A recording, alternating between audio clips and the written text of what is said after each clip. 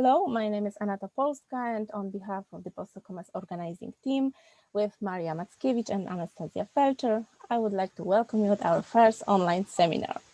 So the Post-Socialist and Comparative Studies Working Group, PoSoCoMeS, is a part of the Memory Studies Association. Our group's mission is to bring together scholars working on memory in post-socialist world and promote a dialogue between those studying different national contexts and coming from different disciplines. So far, PoSoCoMeS has organized numerous panels and the annual MSA conferences, as well as its own conference last fall, and is planning to organize the next one in 2023 in Tallinn.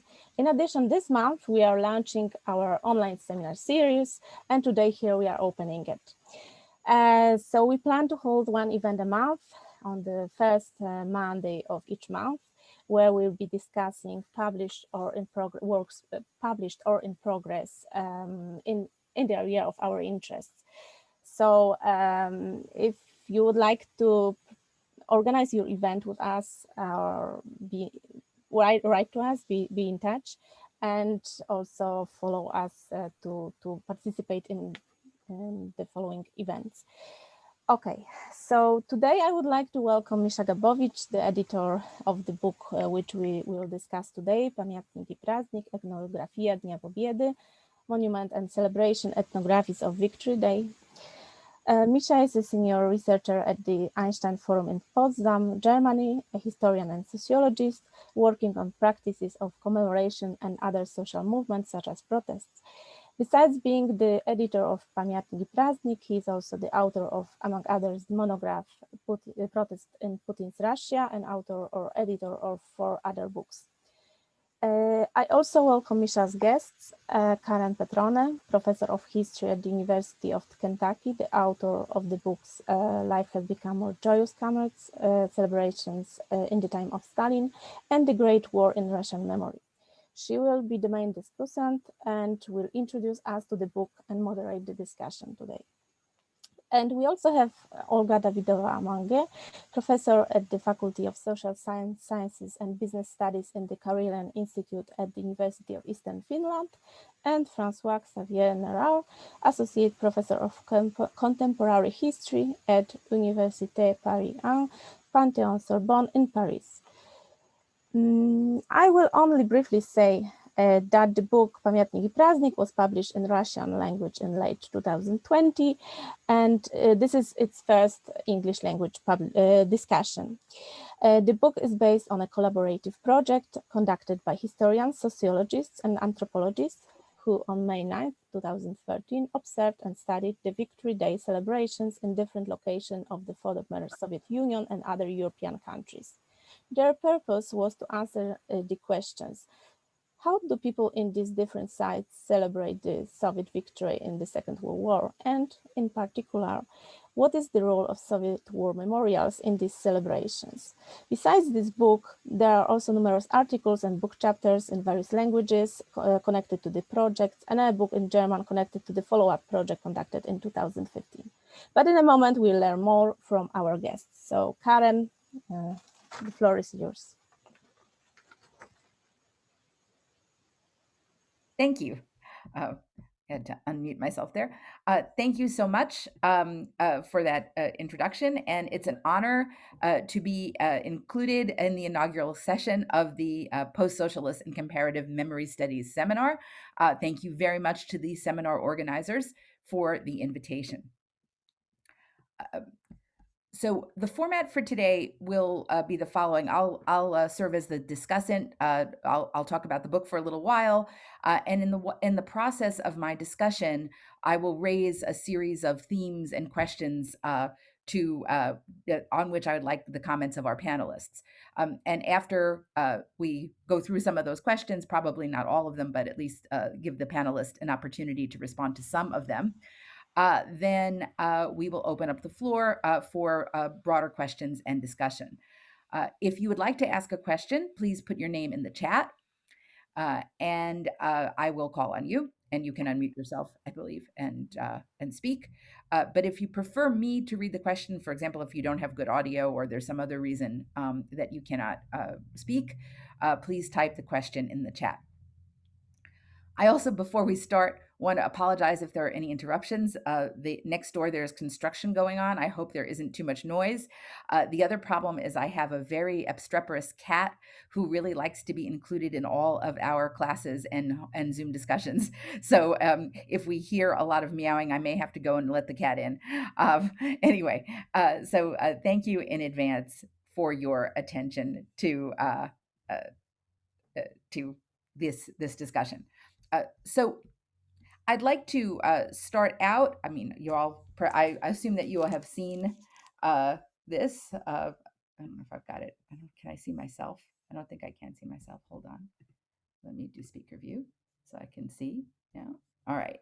I don't know if you can see the book, but it is there. Yeah.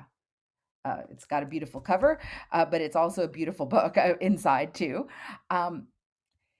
This is an incredibly rich scholarly work, and it is my pleasure to introduce it today in its first English language presentation. I guess there have been many other presentations in other languages, but it's an honor for me to be able to introduce this book to an English-speaking audience because I found it incredibly rich. It's so incredibly full of stuff that it's going to be hard, it seems to me, to catalog its themes and ideas in the time we have, and especially leave time for comments from the panelists and from the other panelists and questions. So as Anna said, at its heart, this book is an ethnography of Victory Day on May 9, 2013. But in fact, some of the chapters are actually about 2011 and 2012, but that's okay. You know, I really like about this book that it's a big tent, that it really allowed for people, the authors, to write about a variety of things and go off in lots of different interesting directions. Um, this book was deliberately set the case studies in a variety of post-Soviet and post-communist spaces across Europe, including in the sort of Russian-speaking areas of the Russian Federation, the non-Russian areas of the Russian Federation, other former Soviet republics, former Eastern Bloc countries, and in the uniquely divided and then reunited city of Berlin. Right, so this allows us to look at Victory Day across a broad spectrum of European examples, from the heartland of Moscow all the way out to sort of Berlin and Vienna. By serendipity, this book was about 2013, and that Victory Day captures the moment in time before the Russian annexation of Crimea transformed the geopolitical relations among Eastern European countries. There is an afterword in each chapter, kind of bringing people up to date to 2020, talking a little bit about what happened after 2014. But the bulk of the information is a snapshot in time. And we're very fortunate in some ways to have captured a moment before there was a radical change. So we sort of see this, what was going on sort of at that particular moment before the shift. And that's very, very useful because as an historian, I'm trained as a cultural historian. And, for us, change over time is everything. And capturing something before the change is really very valuable in that regard.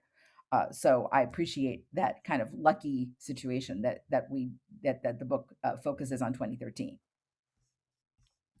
But as Misha Gabovich explains on his website, although there were common guidelines for observing, interviewing, photographing, and mapping in their individual book chapters, every author wrote about the aspects of the topic that she or he was personally most interested in.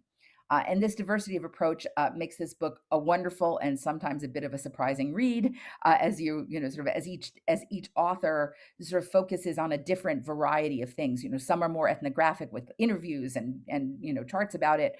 Some people counted, some people took pictures. I mean, there's a variety of these different methodologies all throughout. Some people focused a lot more on the history of the site than others, and this really sort of makes for a really delightful panoply of different kinds of analyses that are all within the one book. And I appreciate in some ways its lack of uniformity quite a bit. Because it makes for each chapter being, having these kind of interesting resonances that go off in quite different directions. Each author selects certain kinds of theoretical constructs that he or she prefers, and that works really well too.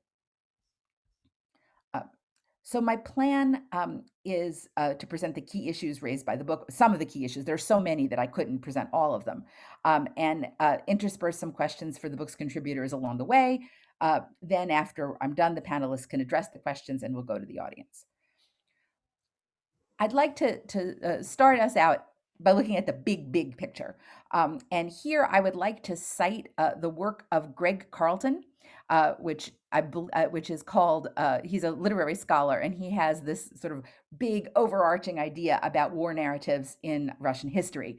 And here it's imperial Russian history, right? So it's Rossiyski, right? And his formulation in Russia, A Story of War, is that the Russian national narrative is told through wars, and that it's a cyclical narrative, not a linear one. And in every cycle, the same thing happens over and over again, which is when Russians are disunified, disaster strikes, and they're defeated by foreigners. But when they're unified, they pull themselves together and unify.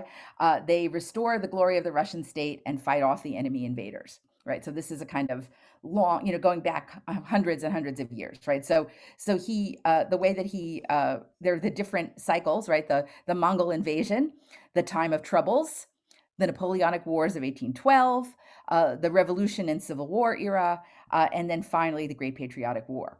Right. So the Great Patriotic War is the last cycle, the last event in one of these sort of cycles of Russian history. And I just throw this out there to help us try to think about what are the implications of Victory Day writ large, right? This book is a beautiful sort of compendium of how individuals look at Victory Day across a broad swath of geography. But if we think about Victory Day in its biggest, broadest terms, what are we looking at? And ultimately, it is this legitimation of Russian statehood, from Russian statehood going back hundreds of years, not just Russian statehood since 2000, since Putin came to power, or since the fall of the Soviet Union, or since the revolution. No, we're looking at the victory as the epitome of Russian statehood from sort of the moment that that the Slavs became a state in Kiev and Rus, right? So we're looking at that, that big long history, the 1,000-year version of history, as Jonathan Brunstad is going to talk about in his upcoming book. So I just want to sort of think about this as that is the kind of the core, the place where we're starting off. And Victory Day, ends up being a kind of iteration of potentially some of this. I mean, you may not agree with Carlton, right? And I'm curious. One question for my panelists is, what do you think of that idea, right? Where does Victory Day fit into the bigger picture of Russian history, the 1,000-year of Russian history? But if Carlton is right, then Victory Day carries enormous weight as the lesson for the future. This is when everybody was united, and if you are not united, you're not going to have this victory anymore. But the book, and especially Misha's introduction, convinces me that there is a great deal still left to be learned about Victory Day celebrations. Right, this is an amazing conversation about how broad and how significant and how much you can really appreciate about them, in ethnographic terms. But I think there's a lot of material that we're still not 100% sure on. Despite its importance in Soviet times and its elevated significance in the post-Soviet period. In this post-Soviet period, we still don't have anywhere near a full picture of what Victory Day means to different populations, both since 1945 and what it means now. Right. There's a richness and complexity to this answer of what Victory Day means in the book, and honestly, I love the multiplicity of meanings in every different context that can be almost bewildering, but is also a strength of the book. And so, one of the things I'd like to know, from Misha, when we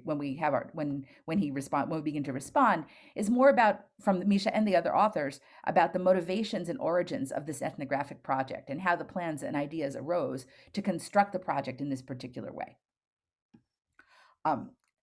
Now, being often quite guilty myself of looking at Russian history from the metropole out, sort of what is Moscow doing? What is Moscow thinking? What is Moscow saying? I'm guilty of this. I acknowledge that. The excellence of this work has to do with the fact that it is looking in the other direction, right? And I really appreciate the, sort of this idea that it looks looks at Victory Day through the eyes of local celebrants, right? And what are they seeing from their spot in the world, wherever that happens to be it Berlin or Vienna or Sofia or Vilnius or and so forth. And it also attempts, in the words of Alexei Lastovsky in his article on Minsk in the book, to avoid the inherent elitism of memory studies, where you're looking at, sort of what do the elites in the center say about X, Y, or Z, right? And I think that's a really important thing. I would just mention here, I understand why. I think this is a brilliant attempt to kind of not look at it from Moscow's eyes, but I would say that at the same time, one has to recognize that at the same moment, Moscow was working very hard. Moscow, being broadly conceived of as the Russian state, the Russian governmental agencies, and so forth, is working very hard to depict its own version of history and its own version of Victory Day. So I think that's sort of one of the things I'd like to hear. Some of the essays explicitly do this, and I'd love to hear our panelists reflect even more on the ways in which that sort of these events do or don't, sort of respond to Moscow, right? In Sevastopol, a lot of the material is being handed out by an office run by the Moscow mayor that's called Moscow House, right? I mean, so they're literally, you get to see Moscow involved in the celebration. But I'd love to hear everybody reflect on this. Recently I've been doing in my own work a little bit of work on the Russia My History Museum, which is something that it originally started by the Russian Orthodox Church in an exhibit. It became an exhibit in Moscow, and then the folks in Moscow decided to basically make copies of this museum all over the Russian Federation, right? So this Museum of History, which represents its own ideas of war and memory, is being promulgated all the way, from Saint Petersburg in the north to Makhachkala in the south, and then Vladivostok and Sakhalinsk in the east, right? So it's really kind of an amazing situation that you find yourself in, because you do have a central government that is trying to promulgate history in certain kinds of ways. And then, so then how does that all pan out? I think that's a really important question to think about as we think about the book. All right. In this context, does the idea of victory as the culmination of Russia's history work? In other words, is that working out on the ground? And I think that's a very important question to consider. How do these celebrations look different when they are studied in the localities? And what new elements are created in the localities, and which elements of the central celebration remain? Now, as someone who spent a very long time studying Stalinist celebrations in the 1930s, I can tell you one of the things that's really striking about Victory Day in 2013 is how many Soviet elements, sort of from the Stalinist sort of celebration culture that I studied, are still right there in 2013. This was particularly true, say, in Minsk, for example. If the chapter on Minsk, it's very clearly articulated that these are Soviet era holdovers. And so I think it's really important, as we think about this, to try to think about these celebrations in the context of their Soviet history. And many of the chapters do this very, very well.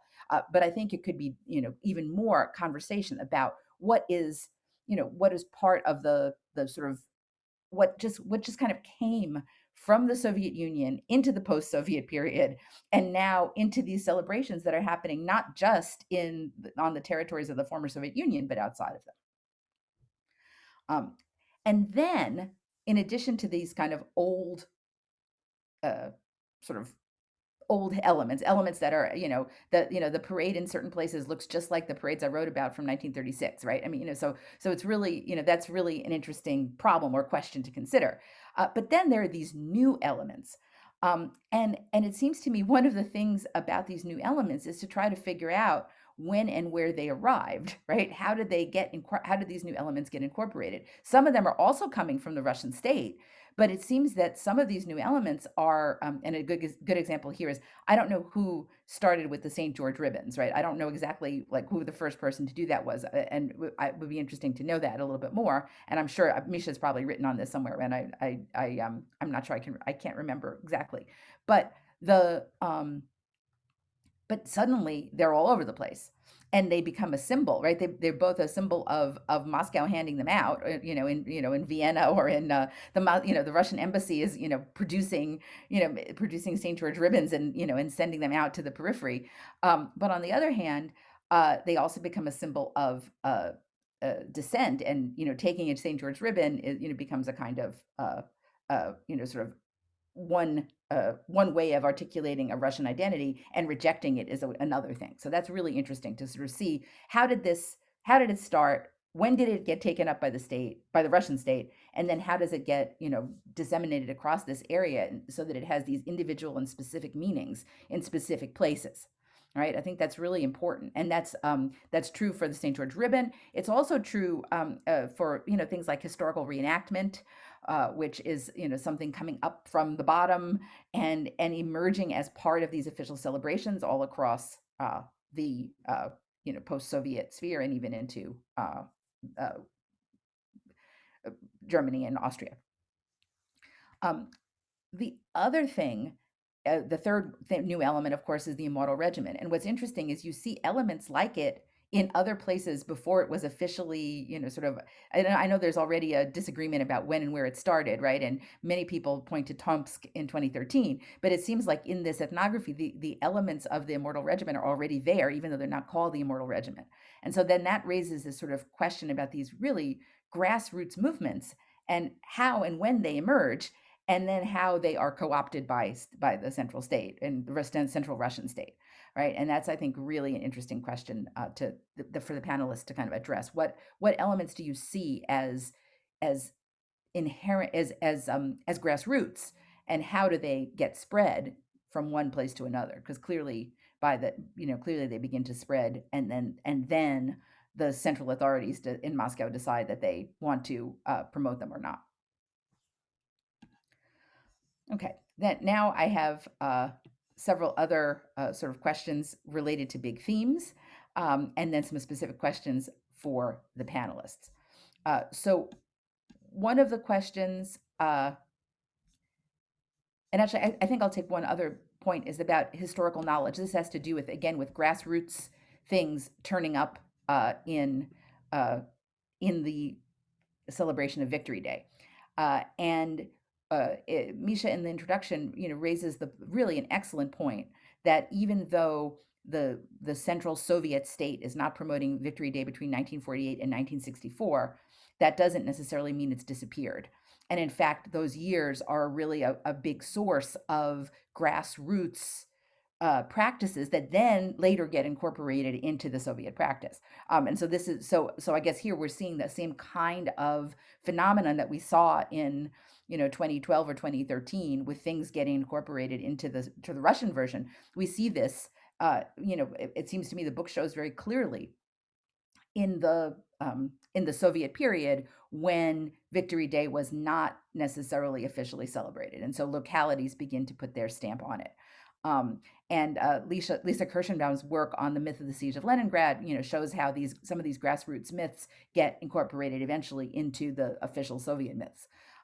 And in this book, there's this very delightful. This is one of the most surprising essays. It seems to me one of these sort of delightful places where suddenly you're learning about something that is unexpected, and that is that the claim that the first eternal flame emerged in Первомайская Posyolok in Tulsky Oblast, right? That was certainly news to me, and I think that is a really interesting question about how this idea of the eternal flame, according to the article, it was somebody who had been at the front, who worked in the gas company, who put this together and created in 1955 or or maybe 1957, it's not entirely clear, this idea of the eternal flame, and then it was taken up across the Soviet Union.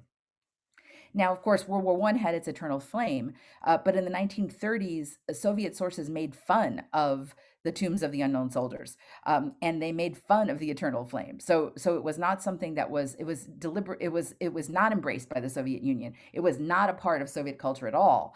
So it's fascinating that in this sort of 1950s moment, it begins to be picked up in multiple places at around the same time. Again, like the Immortal Regiment, like the St. George's Ribbon.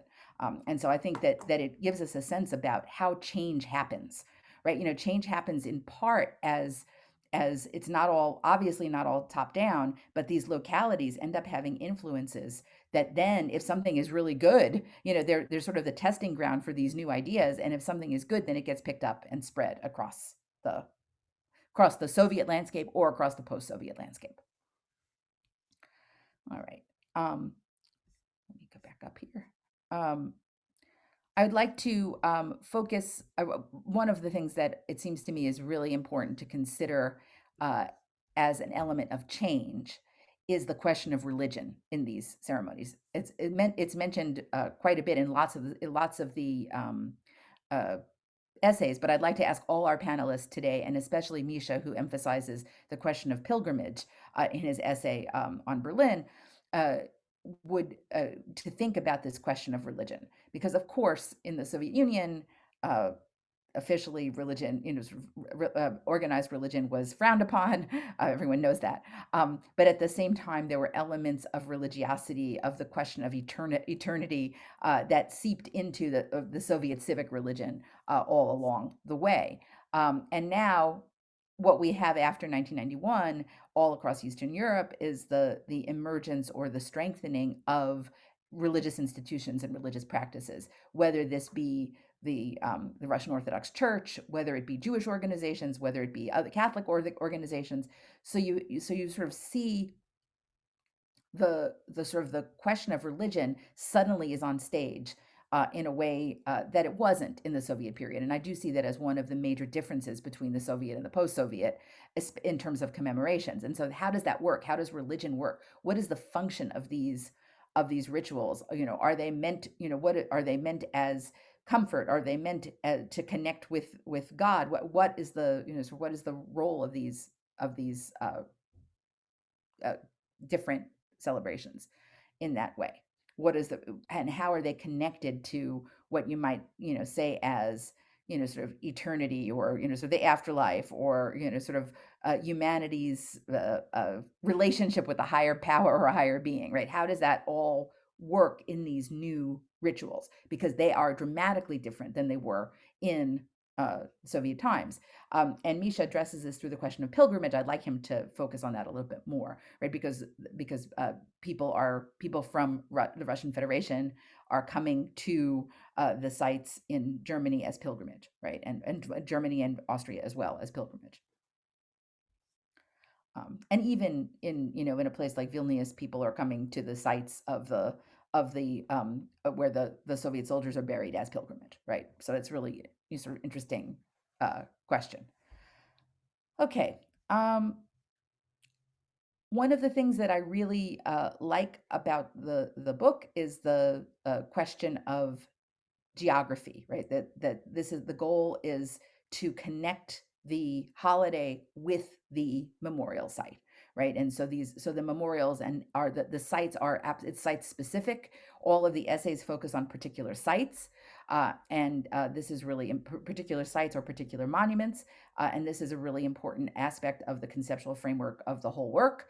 And I think it works generally very well. Some essays are better than others about making the connections. I mean, some essays, sort of deal with the site and then deal with the people and don't deal as well with the connections. But I wanted to say that Francois Javier's article does a really nice job of looking at the relationship between the people and the sites. And I would love for him to talk more about this. How did he think about the integration of the site with the people on it? And so it's not just about the place, but about the social interactions that are taking place in the space. And I think that his essay works really well in that regard. And I'd love for him to elaborate more on that geographic element.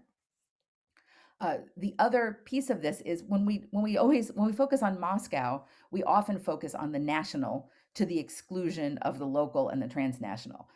And so I wanted to particularly ask Olga, who did a really thoughtful job of articulating the relationships between local, national, and transnational in her work on Sortavala, to think about, sort of what do each of these elements mean. And Misha too, had a really good thought about the transnational elements of these celebrations, because it's not just that we're not just the book is not just comparative, but it also is trying to identify the transnational elements of these celebrations, and they are very extensive, right? This is a transnational celebration culture that emerges differently in different places, but it clearly has a very strong transnational element, and those transnational elements are different in different chapters in different articles. And in Olga's, it's particularly the relationship with Finland that's at stake. In Misha's, it's more the relationship between Russia and Germany, right? And with Russian immigrants kind of in the pivotal spot in between those two places.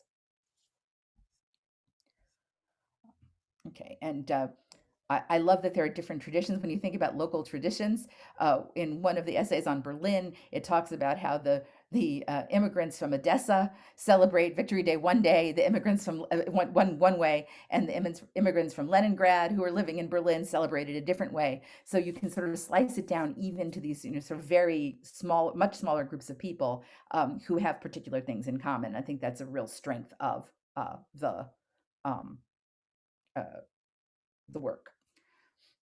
I'd also I just have a couple more things, and then I'll let us get uh, to the conversation, because I know that you all would like to participate because it's a really interesting book. Um, I would I At the beginning there's a kind of question about official celebration versus the individual and the personal, and I think that this is a dichotomy that everybody is trying to get away from, and yet everybody gets kind of stuck in it.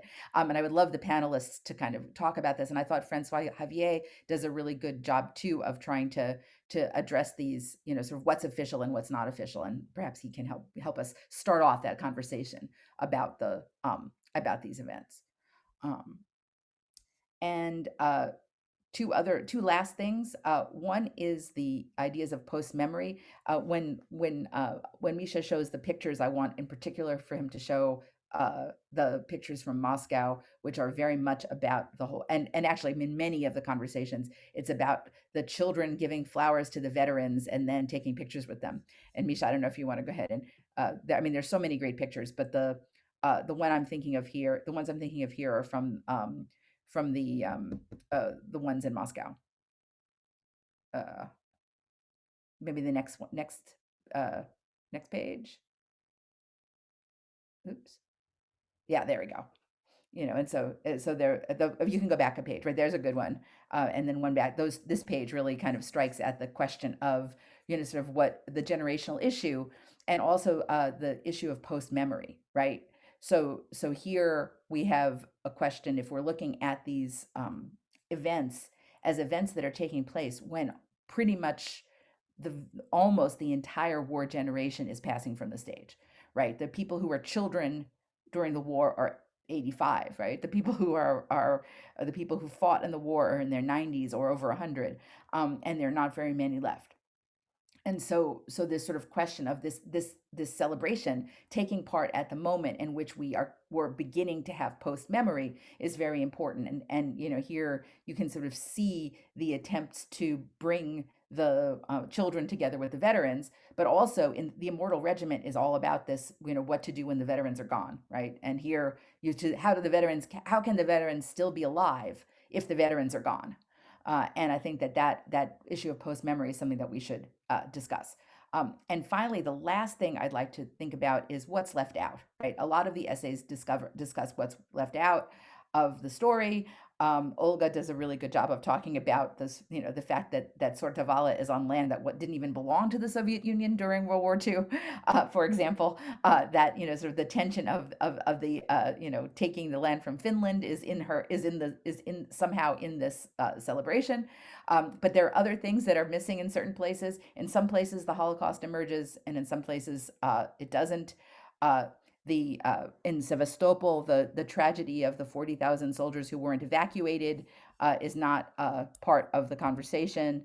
So there are very different, let's see, the question of collaboration, that not everybody was a heroic resistor of the Nazis, is an important point that it doesn't get good press, or doesn't get articulated very well in these ceremonies.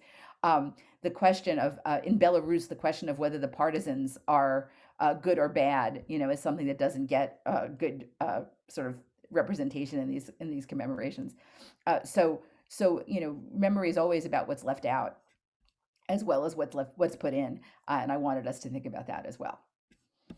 Okay, so I guess with that, I've thrown a lot of questions at our presenters. Do we want to maybe give each presenter a few minutes to respond to some of this, and then open for questions?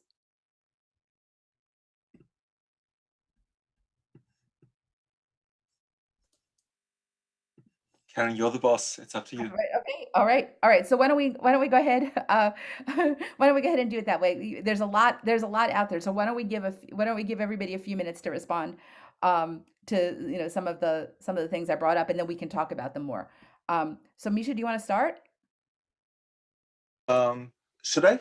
I mean, there were a lot of questions to me. I'm just a little worried that if I start answering them, then there might not be enough time left for the Okay. others. All right. So why don't we then go ahead and let's see, who was next in the book. Was I think, is Olga next in the book? Or I think Olga's chapter was actually the first in the book after the introduction. So Olga, why don't you go ahead?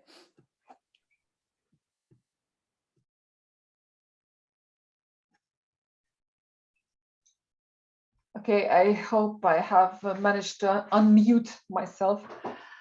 Thank you very much. Thank you for this wonderful commentary. You really have presented so many issues to talk about that I think I'll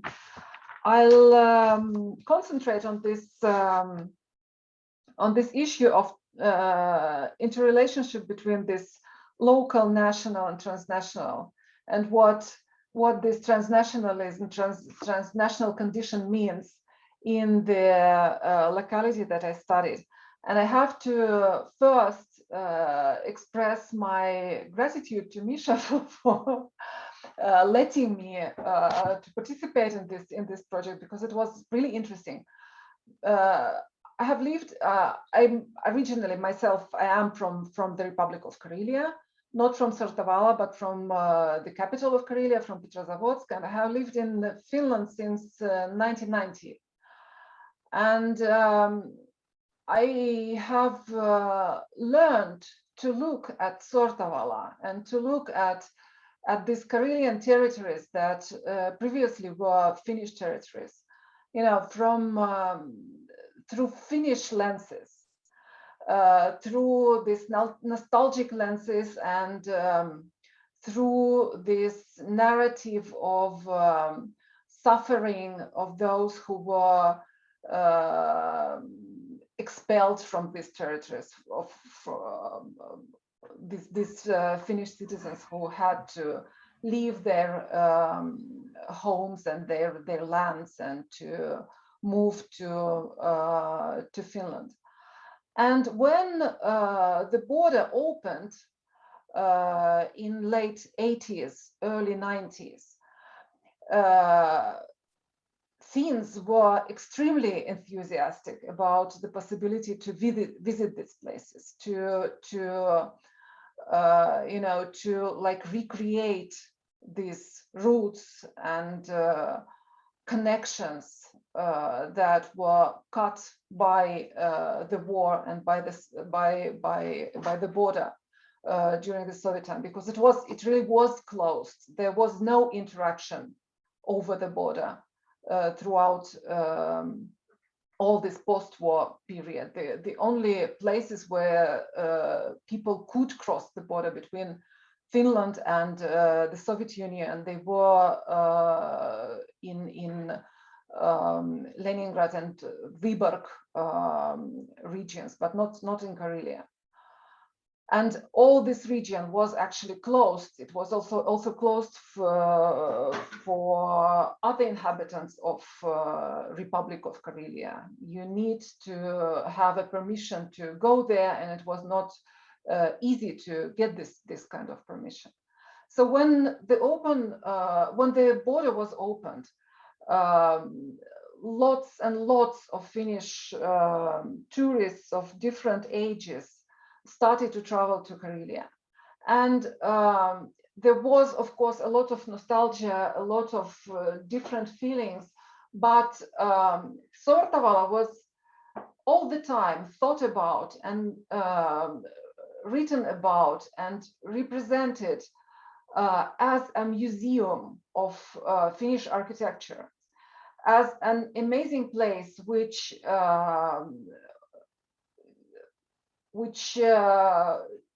due to this Soviet period remained actually unchanged.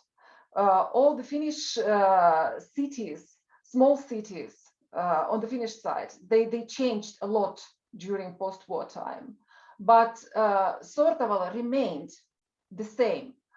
And I also like learned this kind of seeing Sortavala and this kind of seeing like feeling these territories, and also for dwellers of these cities, of these territories, opening of the border was an amazing chance to get in touch with people from other culture, from capitalist world, on one hand, and on the other hand, with the people who really like bared the history of this territory, because this is like well-known truism or fact that with the evacuation of Finnish population, like the history also was cut.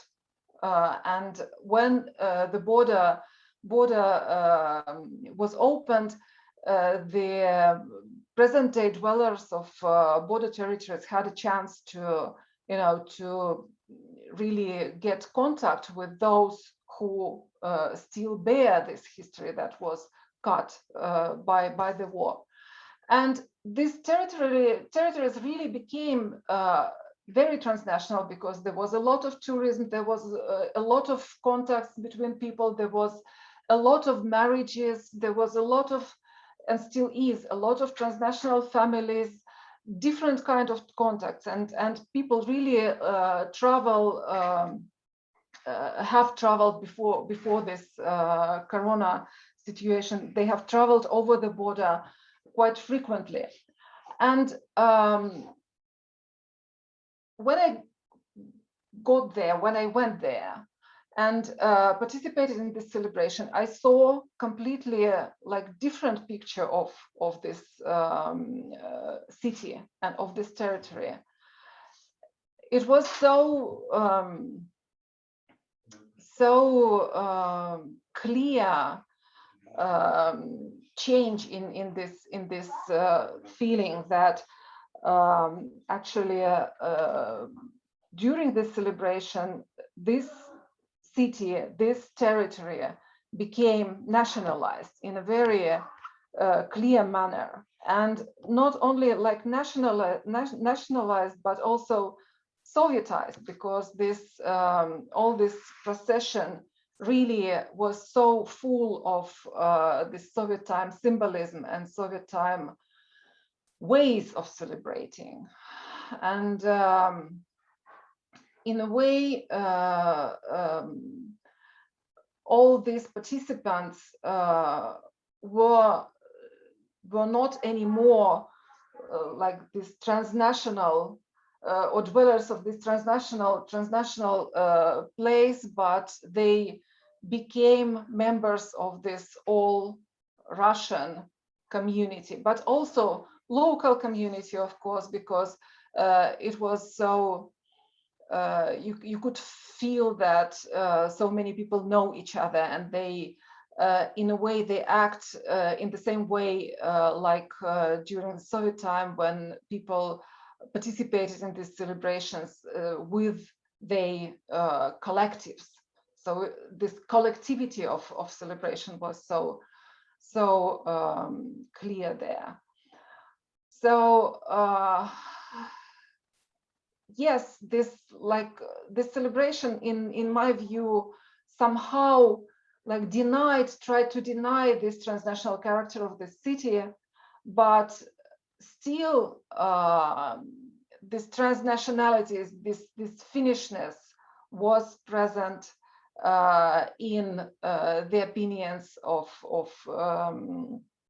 people I interviewed, and in their memories and in their everyday life. So this contrast of everyday life and this celebration for me was very interesting. And yes, it is a very impressive locality also, because you really can see the traces of the war. There are traces of the war on the walls of the buildings and everywhere. So yes, war became very much present during this celebration. And again, for me, it was in a way amazing, because also I have learned during 90s that yes, we are overcoming this war memory. We are leaving it in a way behind us. We are living this period of reconciliation between Finland and Karelia, and we can forgive each other. And this stance was present both on the Finnish side and on the Russian side, especially in 90s. But I think that when I visited Sortavala during this Victory Day celebration in 2013, I saw that this period of reconciliation is somehow over. And yes, in this picture, this previous picture, you could see the monument, this Alyosha, that was remodeled in early 90s in Sortavala, and this gun was taken off, and the flowers were built in this statue to greet Finnish visitors who were coming for the first song festival in Sortavala. But now we really can see that this kind of reconciliation or stance of reconciliation is somehow over, and instead of that, the war memory, the heroic war memory, is all the time more and more brought to the fore. I'll finish with that. Thank you. Thank you so much. That was really thoughtful and helpful. I appreciate I think that conversation about all the ways that the scales work together is really important. Okay, Francois Javier. Thank you so much. Thank you, Karen, for your comments. It were very, very stimulating and very interesting and very thoughtful. Actually, I love very much the introduction to the introduction when you talked about changes, and that's a very interesting thing, because that book allows us to think about changes, although it was done on a one-day observation. It's every chapter is written about what happened during one day, and when we think about what we did, what we wrote, it allows to think changes from the Soviet times and then from 2013 to nowadays. And rereading what we wrote then is very fascinating when you see all the changes. It's I'm really, as an historian, I mean, to think about changes is always something very interesting. So I don't want to speak too much in order to allow people to have some questions. I wrote a chapter with Alex Dworkin. He was a graduate from the European University at that time. Now he's doing a lot of different things, but we worked together on that day of 2013, and I want to say that we worked in Leningrad, in Saint Petersburg, in two places. Mainly, it was the Piskaryovskoye kladbishe, the Piskaryovskoye cemetery, which is the place where the mass graves of the people who died during the Leningrad blockades are located, mostly in St. Petersburg, Leningrad, and then a small park not so far away, which is called Sosnovka. Just in order to remind people who didn't read the book and the chapter. And I just wanted to elaborate a little bit, as you suggested, about the relationship between the site, mainly the cemetery, and the people going there, because it was maybe one of the idea of Misha's idea what attracted me at first when he launched the project. Was not to think about the sites as such, but as a place which is lived by people going there. The way people going in a place, making the place living. And I thought it was really, really interesting to think about a special place in that way, not describing how it was built and how it looked like, but how it is lived by people going there to commemorate the Victory Day. And that's what we tried to do in that chapter. And in a certain way, we changed the question and ask ourselves how the sites act upon the people going there. What the site does to you when you're a visitor going to the cemetery of Piskaryo. Just asking, if you want, the question of the agency of the site. And this is very important because Piskaryovsky cemetery is a very Soviet cemetery. Maybe I can just like share, I don't know if I can, yeah, I can share some. Do you want me to show the pictures from the book? No, just small. Is that okay? Just see, just to show you the cemetery if you don't know it. It's just like it's very Soviet style. It was opened in 1960 for the 9th of May, and it's very, you see, very symmetrical with mass graves on each side of the central alley, and it's just like it's order, and we have that category of concept of thinking in our paper. Just order and spontaneity, порядок and стихийность in Russian. And порядок and order is very Stalinist. And Karen knows that better than I. I mean, it's like order. You have to control everything, and the way the people are going to go there and to walk there and to commemorate there is somehow thought and created by the architecture of the place. So you go there and you don't have the choice. I mean, you go to the statue at the end, the commemorative place, and so on. So and this is also a very Soviet memorial because it reflects the abstraction of the Second World War narrative of the Soviet times, where all the people died. It was the Soviet civil population in general. You don't see any group, you don't see any specificity. Everybody died because they were Soviet, and the way the place is structured reflect that very abstract Soviet narrative.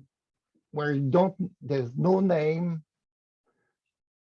At the end of the memorial, you have some verse from the poetess Olga Berkholz, but she's where she say no one is forgotten, of course, but no one is forgotten. But you don't have any specific name. You just have, this is this kind of mass grave, where you have a hammer and a cycle if it's civilians, and then a star if it's soldiers. But it's very abstract.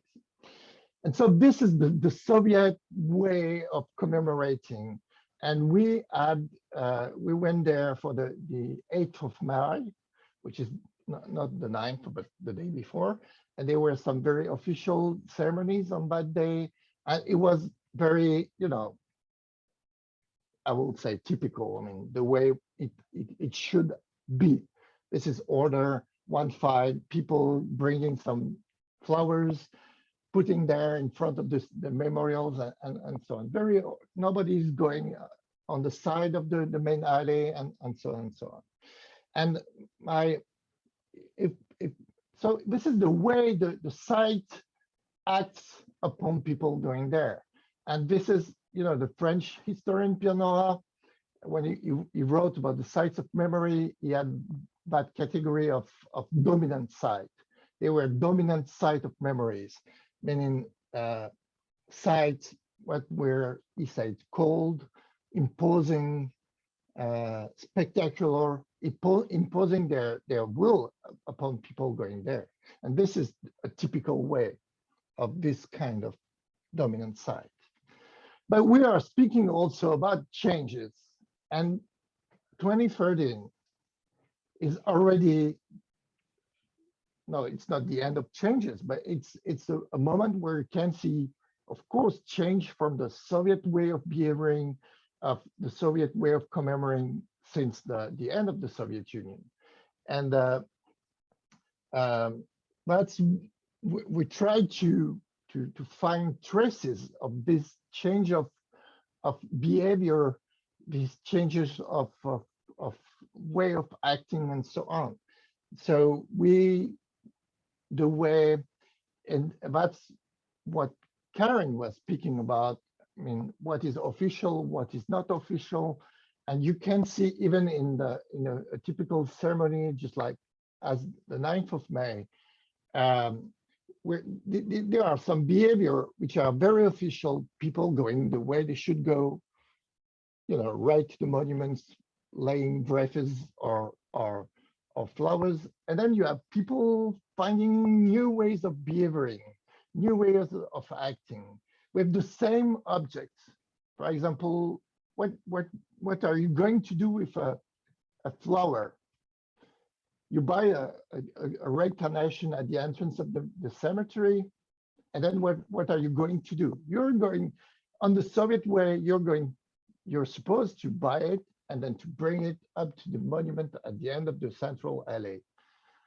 And then you have more and more people, that's maybe a kind of mixed way, just bringing it, offering to veterans inside the cemetery, or putting there on the graves, or I mean offering, and then just people like this guy, just like very individual way of using these carnations.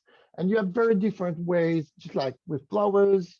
The way you can use photograph, for example, is also a very different way. You have very official way of photographing yourself in such a cemetery. And then with the use of smartphones and very small photo apparatus, you can photograph yourself in a semi-official way. And then you have the use of very specific photograph, which is also very interesting, because on the sides of the main alley, on the sides of the cemetery, you can see new way of showing photograph of people who died during the war. And this is very interesting, because this is a very this is the traces of a new way of commemoration. And this way of commemoration was born in another cemetery, in other places which are commemorating the victims of Stalinism, which is the big change which occurred between the commemorations of the Soviet times and 2013, which is the emergence at the end of the 1980s, beginning of the 1990s, of the story of victims of Stalinism and the way to commemorate them. And then you have in Saint Petersburg, Leningrad, that cemetery, which is called Levashovo, with mass graves of victims of Stalinism, and the way people find a way, they're able to remember their loved ones who were killed during the Stalinist terror. And they use these photographs, just like in a typical Russian cemetery. And they put it on the trees to say, okay, my grandfather, my father, my husband died, and he's probably there. And a few years later, you can see the same photographs here in Piscario. And this is the emergence of a new way of commemoration. And it's already not the way, the abstract way of commemorating, which is typical from the Soviet times, which is a new way and thinking about the individuals. And this is interesting if we're thinking about the way the site is acting about yourself, the way people, little by little, are trying to abstract themselves from this abstraction. They are trying to break away from what was imposed upon themselves and trying to act in a new, I don't know, new, more individual, more post-memory style. And this is one way, but this is, people just like this one, just it's something totally different, but it's all somehow also the same phenomenon. You're going in the cemetery with a dog, which is not possible. I mean, just like at the entrance of the cemetery, it's written in huge letters, you can't go in the cemetery with a dog. But, it's already possible. Well, it was already possible in 2030. And so one of the questions I have, because I didn't go there for a few times now, how is it now? I mean, the way our individuals were able to change the narrative, to put to put themselves inside this narrative, to put their loved one inside this narrative. How is it possible now? How does that fight between order and spontaneity, which was, Soviet time, it was order, and then you have a lot more spontaneity in 2013. How is it now? Is it the same, or do you have, just like you spoke about the Immortal Regiment? Immortal Regiment at the beginning, it was very spontaneous, and then it got more and more organized, more and more like orderly. And it's that phenomenon of order and back to order, back to the former narrative and the former way of behaving is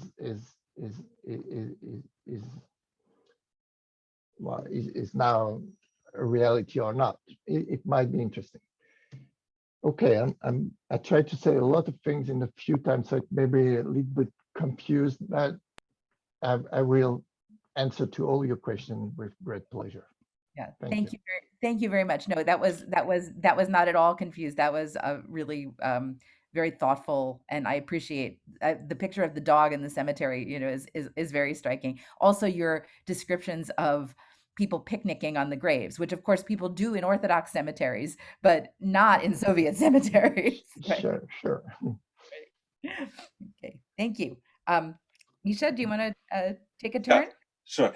So first of all, Karen, thank you very much for the very generous introduction. I mean, not only have you actually read the book, which I think in itself is not always the case in these kinds of sessions, but I think you've really kind of picked out some of the most crucial and most central themes, and also listening to my colleagues respond to your questions kind of allowed me to see their texts also in a new light and in a new context, which was very useful. You know, having worked with them for too many years, really.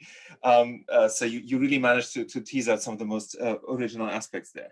So you asked a lot of questions, and I'll try to kind of group them in several blocks, and then you can tell me if I leave out anything that's really important. So one of your questions was about the origins of the project, and there are different ways to tell that story. I mean, one way is to say that you know, back eons ago in 2004, I was working as the editor-in-chief of Неприкосновенный Запас, a journal in Moscow.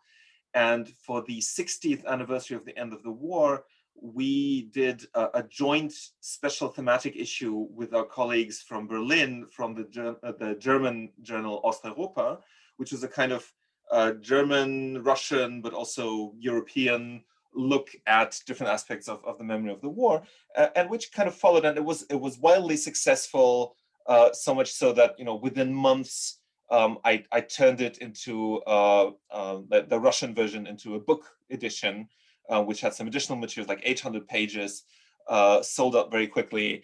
But you know, most of the text followed kind of a standard liberal narrative, right? So the memory of the war is something that's been manipulated and instrumentalized by those in power, and it's used again now to sort of try and recreate a new Russian glory, a new geopolitical power, etc. And you know, for a while I was kind of happy with that kind of narrative, but then I started presenting that book to various audiences, both in provincial Russia but also in other countries, and it struck me that, you know, a lot of people who had actually lived through the late Soviet period were, I mean, some of them really quite offended by the ways in which I presented, especially the contrast between the supposedly kind of critical stance towards Germany's history that's prevalent in the Federal Republic, and the supposedly sort of uncritical and easy to manipulate way that things are in Russia, in post-Soviet Russia.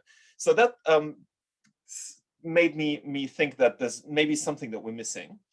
So that's one strand of the prehistory. And the other strand is that I started going, I mean, moving to Berlin, I started going to the Treptow Park celebrations on the 8th and the 9th of May. Initially, you know, just out of curiosity or almost accidentally. And I was really amazed by the incredible and unexpected variety of things that were going on there. All these, you know, wildly different participants from all sorts of different walks of life and national and generational backgrounds doing all sorts of different things there. I was really struck by that. And, you know, I was talking at a conference with my colleague, Yelena Nikiforova, who was the co-director of the project, even though she then had to drop out of putting the book together.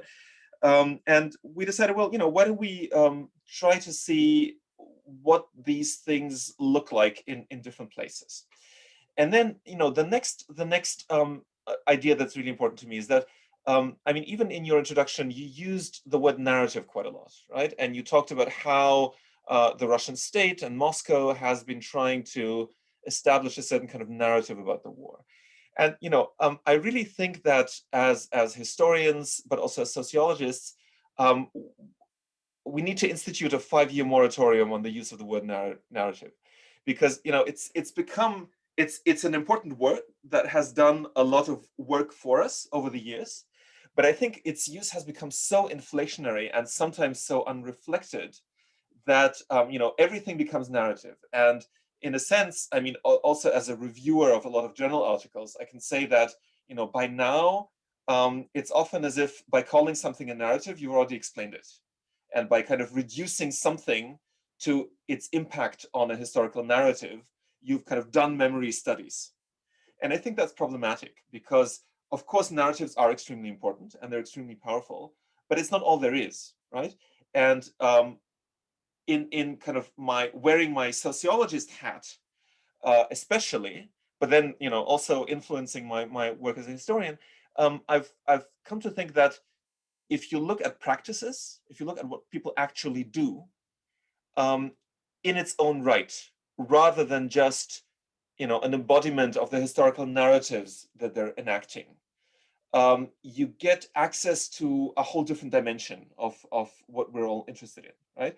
So that was basically the idea, right? So if you approach, let's say, Victory Day celebrations, or any other commemorative practice, kind of from the top by asking, well, so what do these people think actually happened? What is their narrative of history, and how successfully have the elites influenced that narrative? The kind of the specter of the range of answers that you can get to these questions is relatively limited, right? Because of course, as soon as you ask people those kinds of questions, they will tend to fall back upon something that they've learned somewhere, not necessarily in school, maybe through pop culture, maybe through, I don't know, political messaging or whatever, but they'll fall back on something that's been kind of handed to them. Whereas if you observe their practices, and I think François Xavier's summary of his observations in St. Petersburg just now is an amazing example of that. If you start from the practices, you can actually arrive at different conclusions, because you can have different sets of people who, on the surface, will share a very similar narrative of history, but their practical enactment of it and their practical kind of commemorative reality will be very different, such as, for example, individualizing commemoration or personalizing commemoration, right? So without necessarily changing your answer to the question, what do you think is the importance of the Great Patriotic War for the history of, Russia compared to the Mongol invasion, or whatever? Different people might give the same answer to that. But then, one person will be very happy with the kind of old school anonymized practices of commemoration, whereas others will come with portraits of their relatives. And what I've observed in some of my fieldwork is people actually coming with printouts of like biographical snippets of their grandfathers. They will paste that on a monument, let's say somewhere in a Soviet military cemetery in Poland, and then they will add their contact details and a website saying, if your relatives fought in the same regiment, please get in touch with us, right? So the practices that emerge out of this can be very different. And so basically, one of the guiding ideas for this project was to look at really not memory, but commemorative practices, and see where that takes us. And I think, it's taken us, as you said in your introduction, to a lot of really fascinating and completely unexpected places. So that's one thing. And the other thing that I find increasingly fascinating is to think of events, right? Because events basically are where space meets time, right? People congregate in the same places on the same date because there is a certain structure to the commemorative calendar. So in a sense, they're forced to interact with each other, and they're forced to interact with the narrative, if you will, because that's what gave us this date, right? They're also forced to interact with the place, as François Xavier was saying, because that's where they came, because there's a monument there, or a cemetery, or a memorial complex, or something. But then you can look at what different people do when they're in one and the same place. And sometimes they will do completely different things. And sometimes they will improvise things that we had not expected to see in that place. So I think events are extremely important to study because they offer us a window into multi-perspectivity, right? Or could even call it multi-directional memory, right? Like, once again, this example from St. Petersburg, where commemorative practices from Gulag commemoration then spill over and influence the commemoration of the war. I mean, this is a classic example of kind of multi-directionality, and I think you really need events to observe that, to see that, because so many of the things that I and everybody else in our network have observed over the years go against the grain of what you would expect if you just focused on like a coherent narrative. And a lot of these things are, in a sense, incoherent as representations of history, but they make a lot of sense on a personal level as practices that you can engage in. For example, to interact with you, to engage with your own family history, to engage with your own new status as, you know, a member of a Russian-speaking minority in a country like Lithuania or Germany or Israel, right? So you know, practices and events to me are important kind of framing ideas for this. So the second block was about history, and you mentioned something that's also become extremely important to me over the years, which is the prehistory of Victory Day between 45 and 65. And I actually have a long paper coming out in an edited volume put together by David Hoffman, in which I think you also have a chapter, Karen, where I try to trace, based on archival sources from different Soviet republics, the history of Victory Day before 65 in the years when supposedly it had been banned or, you know, scrapped by Stalin in December 47, and then only reinstated in 65. And actually what I found is that, you know, this is completely false. It's just not the case that Victory Day was not celebrated. The only thing that happened was that it lost its status as a nationwide work-free holiday, but so many different things were happening at the time. And as you were saying, a lot of practices actually developed locally during that period. And I think, you know, one of the reasons why it's so important to go beyond Moscow is that a lot of the history of war commemoration in the Soviet Union and the post-Soviet republics was always extremely heterogeneous, right? It was always different between places that had actually experienced the war and occupation and, for example, places in the hinterland. It was different between the big cities and rural areas, etc. And in the early decades, you can see that with special clarity. So what you can see if you look at the entire history between the 40s and now is a kind of pattern where, of course, there is a very strong, almost dominant state kind of propaganda machine, you could almost say, that kind of expects people to behave in certain ways when they're engaged in war commemoration, right? And of course, you know, from the very beginning, like for example, on the 9th of May 45, there was no parade in Moscow, but there was a parade in Kiev. And I've looked at some of the preparatory documents in the files in Kiev, and you know, it was minutely planned, of course, by the propaganda department. They knew exactly how they wanted people to behave, to move, etc., etc., etc. But then at the same time, also from the very beginning, like before the war was even over, people started coming up with their own things. You know, for liberation days of individual cities, for example, right? And it was all sorts of stuff, like local liberation days and things where they were sort of combining harvest days with liberation days and stuff like that.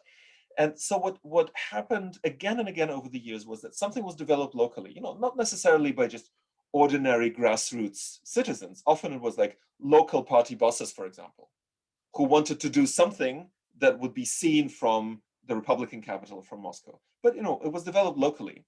And then these things, if they take off, if they're successful, are then taken up by the party bureaucracy in Kiev, in Minsk, in Tallinn, in Moscow. And then eventually it becomes part of the state repertoire.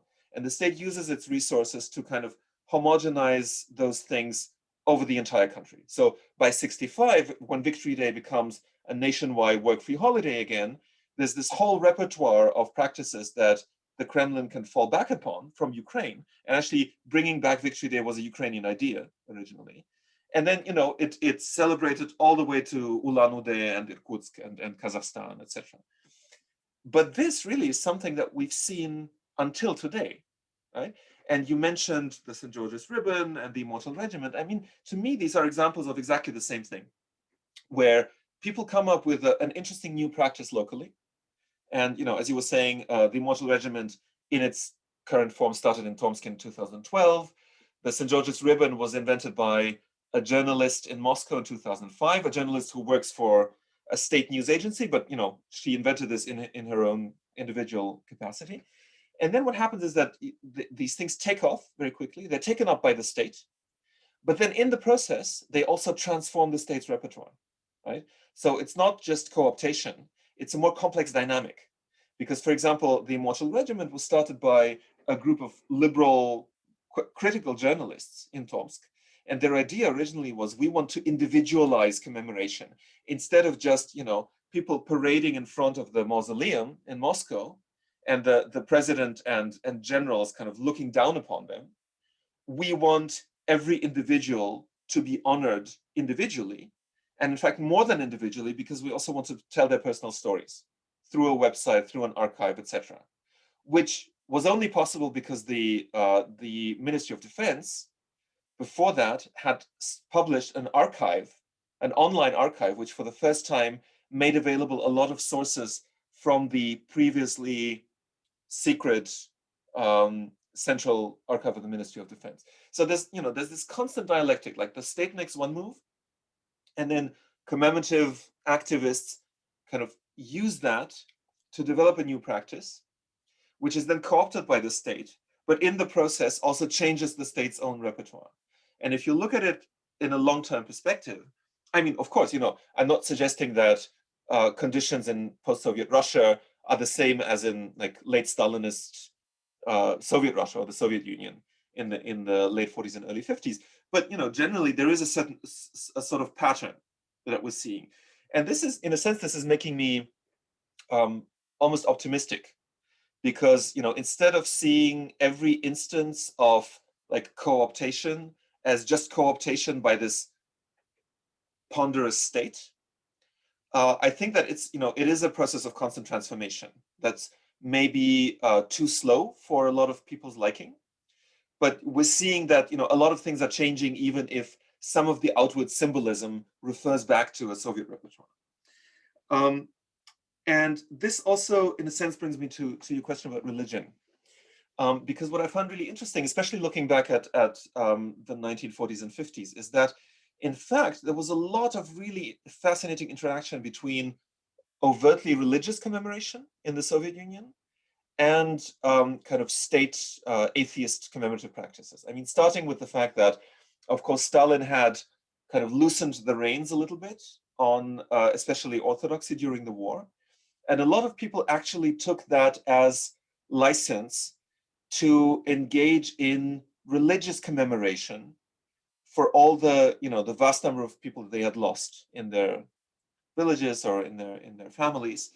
And historians of especially folk religiosity have actually produced really interesting descriptions of all the commemorative practices that we saw in the Soviet Union in the immediate post-war period. And also, there's a fantastic book, for example, by Arkady Zeltser about Holocaust commemoration in the Soviet Union. He really revises this cliche that there were no Holocaust monuments, for example, because there were hundreds of grassroots Holocaust memorials, some of them with Hebrew inscriptions from the Torah, right? Which people were able to create locally because it was relatively easy to get approval from local party authorities that you knew personally, if you didn't advertise your memorial too much, right? If people in Moscow maybe just didn't learn about it. So there were all these different religious commemorative practices. And then starting in the late 1950s, early 1960s, there are conscious efforts on the part of the party bureaucracy, as part of Khrushchev's anti-religious campaign, to say, we really need to combat these vestiges of religious commemoration. So let's try to take the elements of those religious rituals that people seem to care about so much and integrate them into new Soviet rituals. And there were a lot of documented attempts to really sort of divert the intense flow of religiously framed commemorative practices at the time into a new repertoire of state commemorative practices. And this also coincided with an era of urbanization. So I think that was a pivotal moment when all this kind of religious and largely rural commemorative culture that nowadays is so difficult for us to see, because all of us grew up in a different world, was kind of quite quickly rechanneled and transformed into something much more urban and much more secularized. But I think that's one of the reasons why there are so many easily recognizable religious elements still present in kind of, Soviet style secular commemoration. So that's one thing. And the other thing is that, nowadays, you mentioned what I wrote about secular military pilgrimages. And what's ironic about that, and this brings me also to the last point about transnationalism, is that, of course, even though Central and Eastern Europe are peppered with Soviet war memorials, and in fact, they started kind of emerging, some of them even before a lot of them were built within the Soviet Union. But until 1991, essentially, people from the Soviet Union, most of them were unable to visit them, right? Only if you had special permission to travel could you actually come to Berlin, for example, and visit the Treptow Park Memorial, even though everyone had seen images of it. And what we see now is that, ironically, it's the collapse of the Soviet Union and the new open borders that allow a lot of people to engage in these practices.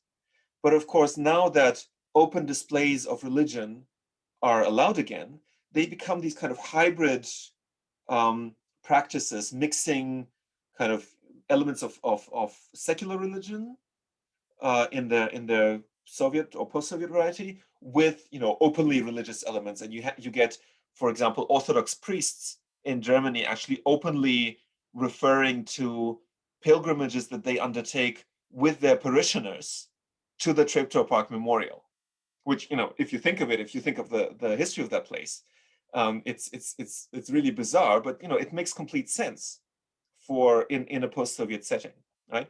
So all these elements now come together, and what I find fascinating about the transnational aspect is that there was always a transnational element in Victory Day from the very beginning, and a lot of the decisions of the Soviet leadership, about the commemorative calendar, you can only really understand if you put them in the geopolitical context of the time. Like in my paper, for example, I even argue that one of the reasons why Victory Day became a work-free holiday again in '65 is that this was a Soviet response to discussions that were going on at the time in West Germany about about the statute of limitations for Nazi war crimes.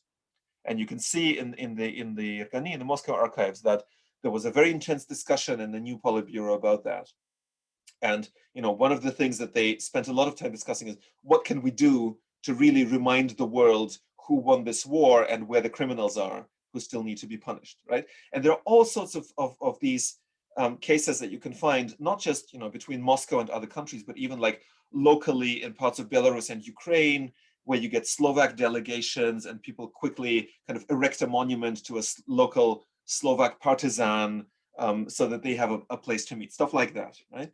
So I think this transnational aspect was always very important, but the additional layer that we have now, and I'll stop with that maybe, is that now we have all these different Russian-speaking communities in places where previously there were none or only very small ones, right? So, primarily the United States, Germany, and Israel. And in those places, and also you have all these Russian-speaking communities in the former Soviet countries, like, the Baltic countries, for example.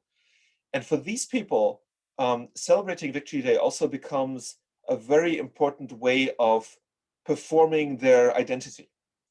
And it's not just an identity as, representatives of Russia, which is a role in which they're kind of typecast all the time, both by official Russian authorities and by a lot of people in the host countries, who both kind of want to pigeonhole them in this role as, loyal Putinist patriots. And that's how they explain their participation in this. But for a lot of these people that we've interviewed in our projects, it's much more complex than that, because for them it's a way to sort of carve out recognition for themselves and their family history. And there is a strong transnational element because, of course, they get a lot of the symbols and a lot of the language for that from Russia, right? Watching Russian television and reacting to kind of new Russian politics of history. But in many ways, they're actually making statements inside their new societies, rather than trying to just kind of be a Russian fifth column. And that is the element of transnationalism that I find most interesting, is that it's not just a kind of geopolitical struggle between, Russia on the one hand and other countries on the other hand, where Russia kind of sends its agents and its spies. It's a much more complex situation where, in order to understand what's going on, you really have to go to these places and take seriously the agency of the people who engage in these commemorative practices. And I hope that's what we started doing, at least, with these projects. Thank you very much. Those were really illuminating comments, and it makes me want to think, where in the United States is the nearest Victory Day parade to go attend the week after next? I don't know where the nearest big one would be. It's an interesting thought. I'll hook you up. Okay. Thank you. So with that, the floor is open. You can either, if you know how to raise your hand on the participants page, go ahead. If not, you can put your name in the chat and I'll call on you. Or you can just put your question in the chat and I'll read it. So we are open for questions, thoughts, comments, ideas.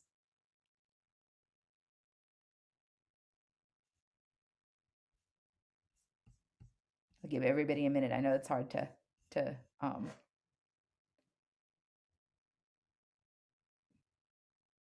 formulate things.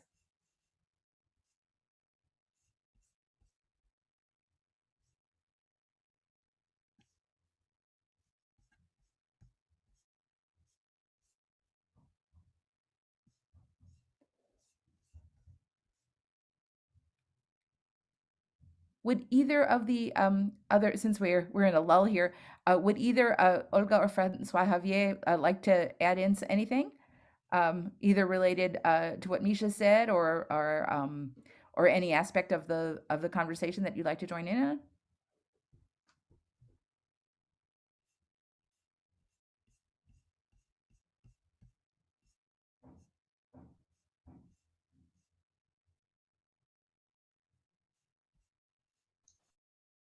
Wow, it's a quiet bunch. Well, I can probably add something about this.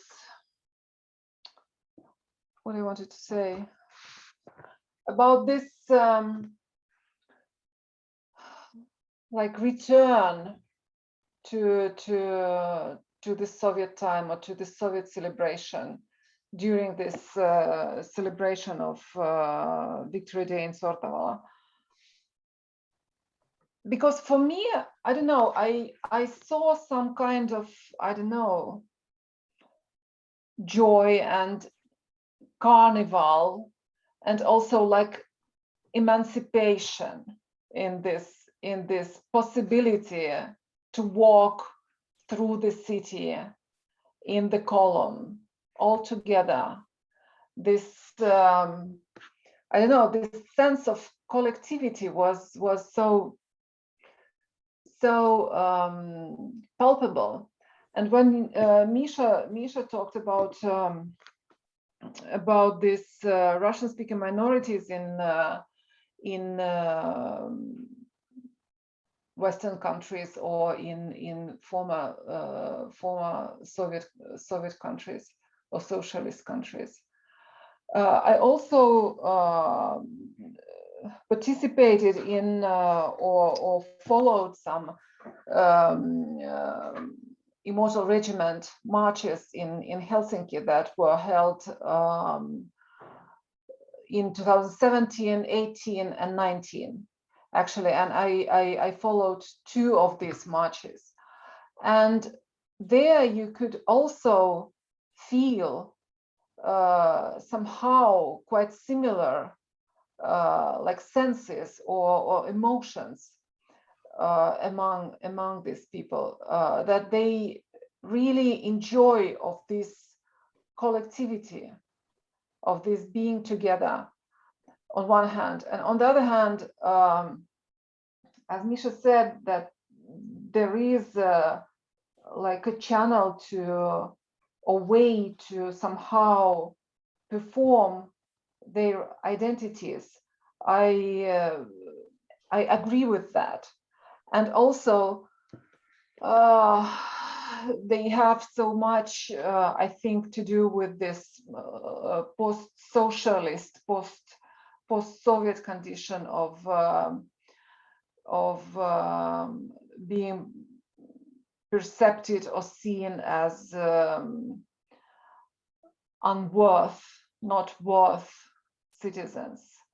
And when I listened to the speeches that were held in these celebrations, for example, it was for many the way just to, I don't know, to show their presence in this world and that they are alive, and it was a celebration of their existence in a way. And really, I can see many layers in these celebrations outside of Russia. On one hand, of course, it is an instrument of Russian politics. And in Finland, for example, these Immortal Regiment marches are organized by the organization that is openly pro-Russian, pro-Putinist, and some actors are involved in this organization who are openly like agents of Russia in Finland, on one hand. And on the other hand, I really can see that for at least some of participants of these marches, it is a way really to show that they really exist, they really are present in Finland and in public space. Although it is a very controversial, of course, event because of this completely different war narrative that exists in Finland. Thank you. And we have a couple of questions. I'll go ahead and take both questions together and then we can work on answers. So the first question is from Lana. Hello, do you hear me? Yes. Yeah, thank you for a really interesting discussion and topics. I would just maybe like to add a comment and to provoke maybe a little more from you on this point, on the point of developing of commemoration practices, top down and bottom up, and this really interesting interplay about Misha you were talking about, and the interplay between the people commemorating and the state. There is, for instance, in Yugoslavia, there is this example when the state didn't know what to do, they gave more liberty to the local authorities and to individual efforts to develop. And then when the state needed to consolidate, then they co-opted these things, much like you were saying about the Soviet Union as well. But I would like maybe to compare it to today's situation, in which, for instance, you don't have Yugoslavia anymore, and you don't also have the USSR anymore, and how the role of the state has changed, and how the way in which they're managing and emphasizing these places of commemoration, how this is also in interplay with this opportunity to develop unofficial commemorative practice, to individualize them as well, and maybe to put this in some kind of perspective with the idea that most of Western Europeans do not know anymore that Russia won the Second World War, and these geopolitical struggles that are still going on. Thank you. Thank you very much. Excellent. Okay, we'll take a question from Heike, and then our panelists can respond to both questions.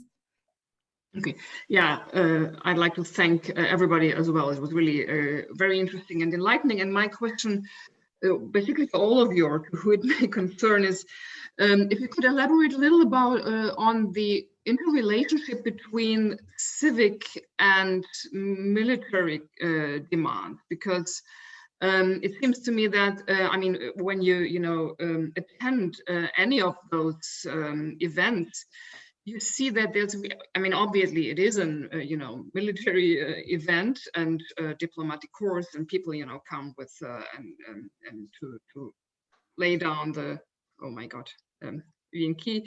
But on the other hand, you have people, wearing costumes like military costumes or old uniforms, and I really find that very fascinating and ambivalent. There seems to be going on kind of sometimes a co-opting of militaria, a cannibalization, a folkloristic, approach, maybe dissemination of militaristic elements into the public culture. So that's I'm very interested in hearing from you what your thoughts are on this topic. Okay, panelists, do you want to jump in on any of those, on the questions of the state and people? Yeah. Okay. Okay, so I'll try to just to answer to your first not question, but Karen, about what I forgot to say. I mean, there's probably bad things about the heroes, victims things, which is very interesting in the project because, nowadays to commemorate heroes is something very difficult in today's world, where most people don't think and don't speak anymore about heroes and more about victims. And that's a very difficult way, a very difficult thing to do. I mean, in the Russian, in the wide meaning, the Russian space, it's still about heroes, people who fought the war and win it. And nowadays, thinking and speaking about heroes, it's more and more difficult. So there's a kind of anachronism, which is at the core also of the project, which always seemed to me very interesting. About the top-down, bottom-up, and the way the state is playing with leaving some space to the people to act. It's also very interesting because if you look at the history of that cemetery, I mean, the cemetery we were working on is a very special place. Even to answer a bit of Heike question, I mean, you're not, the commemoration in the cemetery is not the very same thing, but in the central city place with a monument to the Red Army, it's there are dead people there, so it's kind of different. But when they thought about that cemetery in Piskariovo at the end of the 1950s, they opened it. The cemetery, there were mass graves there. It's a real cemetery. It's a real mass graves from the blockade, and nobody was caring about that. I mean, the description you can read in the archive about the way that the state the cemetery was in are totally appalling. And then they built this cemetery, and nobody goes there. The place was empty, and because there were 15 years after the war, it was that Leningrad affair where the center told the people there not to show up because Leningrad is not a special place at all, and they must keep quiet, and Moscow is more important, Stalin is more important, so on. And so nobody went there, and there was a real effort from the authorities to bring people there, to make them go to the cemetery and to make them commemorate, to bring official delegation and so on and so on. So at first, they let people do what they want. And then 2 years after, 3 years after, they understood that it was not working. So they use all the state machinery to bring people there. And then after, when the system was gone and was working by itself, with the official part and the less official part, the state went just like used, I mean, the architecture of the place to influence people. And then you have what I was speaking about. So it's always, you don't have something which is all the time working on people, but at sometimes when the state or the authorities need it, they have the resources to make people do what they want to do. And this is, I think, something which is interesting. And about the military, you know, in 2013, that cemetery was kind of, you know, on the 9th of May, not on the 8th, but on the 9th of May, just like was a, you know, Narodny Gulai, just like a festival, popular festival. People were, you know, you've seen the photograph with the people going with their dog, but they were, it's just like, of course it's sad, of course your commemoration, but it's also a festival. So it's just like not far away from the cemetery, there was these people going with a car for their kid. And the car was in form of a tank, a T-34. And so they were just, the little kid was going with his tank next to the cemetery. So you have this, you're totally right, speaking about that folklorization of the war. But I think it may be something that changed a lot after 2013, because, you know, the war really happened once more. And even if it's in Ukraine, there's something which is in the representation of the people changed quite a lot. Can I jump in here on the question of militarization? And this is something I've been thinking about a lot, the costumed play, right? A lot of this is you can buy in the war museums, you can buy a little costume for your child, with the hat and everything. And as you say, the T-34 tank. So I've been thinking lately that that there is this real element of play that's being injected into the way in which these celebrations are taking place. I'm also looking at these three-dimensional dioramas, which are essentially, Disneylandification of a war site, right? And my thinking on this, and I don't know, I mean, my thinking on this may not be evolved enough yet, but that it's about pleasure. It's about, sort of attracting. War is a terrible thing. If you depicted war the way it was, nobody would want to have anything to do with war ever again, right?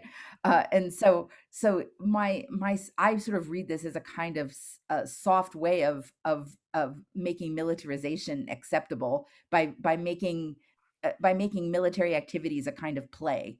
Very attractive play, like the reenactment or the costumes or the games, but I don't know if I'm right. That's how I've been thinking about this process.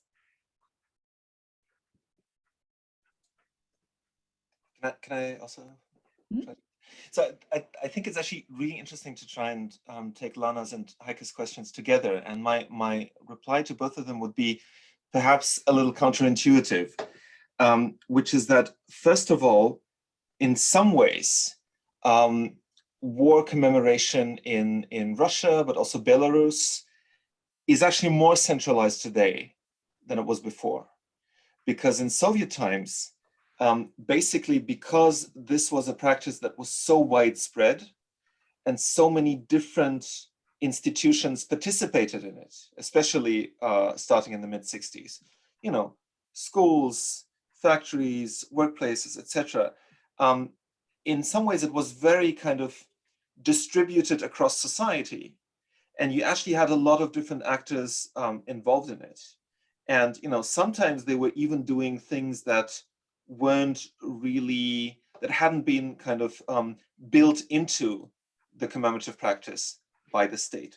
Whereas nowadays, because the kind of centralized Soviet state no longer exists in that form, people are really trying to invest a lot of resources into creating specialized commemorative institutions. So just to give you one example, strangely, the Soviet Union never had a central agency to take care of war memorials, right? So after the First World War, a lot of Western countries created these kinds of institutions. The US already had their American Battle Monuments Commission. There was the Imperial War Graves Commission in Britain, Italy, Germany, France. They all had centralized agencies. The Soviet Union never did, right? So there were all these different agencies that were in charge of these things. Sometimes it was the army, sometimes it was the recruitment bureaus, the voenkomаты, sometimes it was schools, etc. Now there's the Russian Military Historical Society that tries to be the centralized agency for war memorials and for everything that's related to military commemoration. So in a sense, it's a really kind of unexpected development, which I think, on the surface looks like increased, heightened interest in these topics. But on the other hand, of course, it also means that because there's no longer such a strong authoritarian state, whatever one may think of the Putin system, you really have to undertake special efforts to keep people interested in these kinds of things, right? And that's why you create a special agency. And then conversely, to Heike's question with the military, the fascinating thing to me is that actually the military as an institution is now less of an actor than it was in Soviet times. Because basically, I would argue that especially in the first two post-war decades, a lot of military commemoration was actually done by the army for the army, which is another reason why nowadays we often find it so difficult to see it with hindsight, because it wasn't the way it became later in the 60s and 70s for all of society. Basically, it was something that kind of the political leadership gave over to the army, and I would argue in exchange for the army being politically completely toothless, right? So there was never a question of the Soviet army actually playing an independent role in Soviet politics, but it was okay for them to engage in commemoration. And a lot of the commemoration was actually organized by the army, and it was directed at either active members of the military service or future recruits, right? So the main audience were like young people who were supposed to then automatically join the army without having a choice, without having a say on the matter. And this was important because military service was such an important part of the socialization practice, of course, for men, but then the army also played such a huge role in Soviet society, as an employer, just as a social institution. What we're seeing now in Russia in particular is that because far fewer people actually have a direct relationship with the army, fewer people do the military service, fewer families depend on the army for their livelihood. Actually, it's, people are kind of several degrees removed, so they can reinvent all these military themed practices as kind of, as you were saying, in a sort of Disney-fied form. Because if you imagine, like a lot of the criticism actually in Russia of the Immortal Regiment and all these other things comes from people who are closely linked to the army. And they will say, you're not supposed to wear the colors of the St. George's ribbon, in vain, because it's an actual military decoration, right? You're not supposed to parade children in military uniforms because military uniforms are only for members of the military, right? But this has by now become, in a sense, a minority perspective in Russia, which is why for a lot of people it's something almost kind of carnivalesque to adopt, maybe a few days a year, like 23rd of February and the 9th of May, and maybe a few other days. But they don't really have like a profound everyday relationship with it. And the army has come to understand that, and I think has come to adapt some of its practices to that. And that's why we've been seeing things like Patriot Park, right? Maybe some of you like me have visited it, and that is essentially a militaristic Disneyland created by the military to make the military service in the army more attractive to a larger number of people in a context where a lot of people have lost touch with the army. So I think a lot of these things that we're seeing on the face of it as militarization of society, that is, I think, in some ways a fair way to describe it, but in other ways it also speaks to kind of a profound loss of significance of the army as a social institution in post-Soviet countries like Russia. Thank you. Great. Any other questions, thoughts, ideas, things that people would like to throw out there on any aspect of the discussion?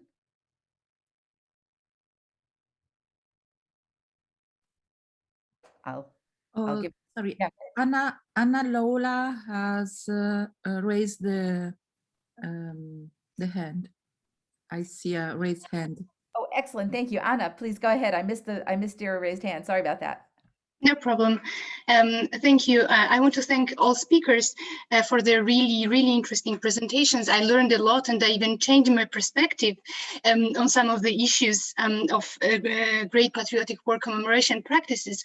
And I wanted to make a short comment to what Mr. Xavier Nerard, if I'm saying it correctly, was was saying about new way to commemorate, new vernacular way to commemorate Great Patriotic War at the cemetery, with his example of pictures of individual soldiers, of the ancestors that family members bring. And I wanted to make a short comment because I've seen such pictures on war memorials. They're definitely vernacular. I would agree on that, but I saw pictures of such memorials with individual pictures of soldiers at Georgian war memorials from 1960s, from 1970s. And I was thinking maybe in different places practices were different, and maybe these pictures, maybe such commemoration practices spilled to the commemoration of Gulag, vice versa to what you were pointing at. Maybe in different places practices were different, because I definitely saw this kind of pictures at war memorials from very early times. Yeah, okay, thank you. I'm not responsible for my parents, as we're saying, Tavares Stalin. My first name is very long, so I'm very sorry. You can call me Francois, or just like, it's no problem at all. It's always a problem, actually. Thank you very much for your information and comment. I didn't know, but I really like to, if you have the more precise information or links or anything, and I would really appreciate to. It's a good idea. I just like, okay, very interesting. Just send me if you have something to. I have to look for the picture, but yes, I can do that. Thank you so much. Great.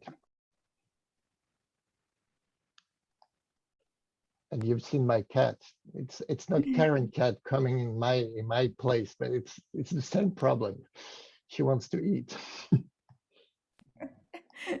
Thank you. I would, that's really, Anna's point is really interesting. I would just add also that it seems to me that there are commemorative practices that are coming all over, from all different places. And some of the practices developed in Europe for Holocaust remembrance are also becoming transnational and going across the border and becoming, for example, the stumbling stones have been sort of translated into the place of last residence memorials on people's buildings, right? So there's really interesting. There's lots of transnational, and I think it's really interesting that you have ones that are going across time, where they might have been Soviet era commemorations, and then there are ones that are going across place as well, where they started out in one country and are moving to another one. All right, thank you. Anybody else's hand up? Nope, I don't see any other hands. Oh, there's the kitty. And we are coming up on the 2-hour mark. If there's nothing else, I guess I would like to thank all the panelists and hand it back to Anna. Oh, Nino. Oh, okay, we have a question. Nino, go ahead. Thank you very much. I'm mostly German speaking. I try my best to be somehow, yet you can follow me. So I'm not sure if I understood correctly this question about, not question, this thought about heroes, that is somehow difficult to speak about heroes nowadays, and mostly we are speaking about victims. I would say it depends where, coming also from Georgia and doing research in post-Soviet Azerbaijan. So there is this notion of heroism very vital. I would not say that that's about kind of, they are not talking about this heroism. This very vital and very central, this point, and maybe it's because of these landscapes, which are not only memory, but they are still kind of war is going on there. Conflicts are not so really frozen, and this notion of heroism to be military and to be kind of this, yeah, it's very vital. I wouldn't say that it's kind of somehow in Vergangenheit, in past. And in South Caucasus, we can also observe very interesting transformations of this commemoration, because you have very often this commemoration, this sites of commemoration from World War II and, for example, for Karabakh together. So these processes are going further, and this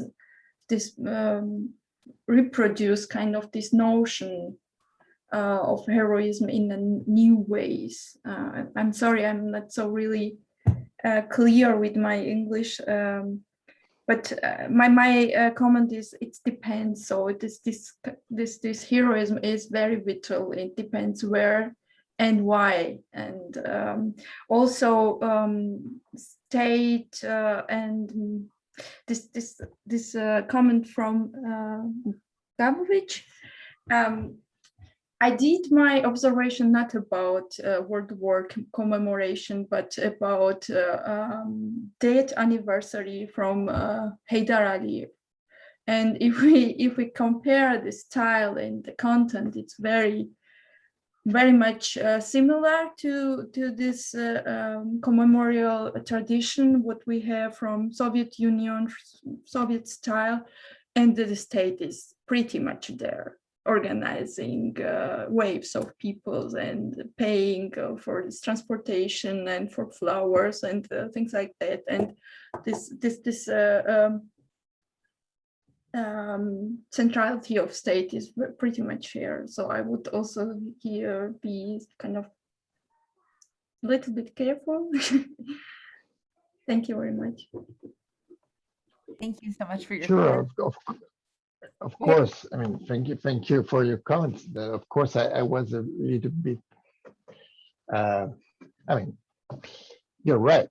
I mean, the fact was, I wanted to stress was that, I mean, the cult of heroes was a pretty much widespread phenomenon all over Europe, and mostly, I mean, till the, I don't know, the end of the 1960s. And I can't use the word narrative, Misha, but I'll just say, the way you were talking about the Second World War, you were speaking about heroes. I mean, just like in France, it was the heroes during the war. And then you have what happened during the 1960s and the place of the Holocaust in all, and the way people were thinking about the war. And then the heroes paradigm started to fade away in the western part of Europe, not in the eastern part of Europe, not everywhere. That's why I was speaking of anachronism, meaning that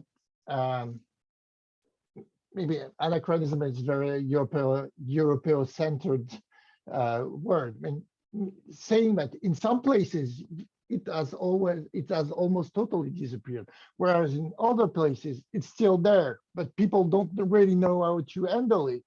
And what you're saying about South Caucasus and which I don't know very much, is right. I mean, just like in other places, it's still there, and so you're. I mean, the whole picture is more complicated, but the fading away of the hero paradigm, I think, is a very important phenomenon in the thing we're working on. Thank you. Other responses to Nino, or are we good there?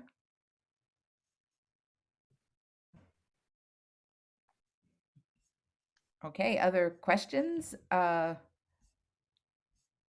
ideas, thoughts, suggestions? Oh, okay. Okay. So we have a question that from Oleg.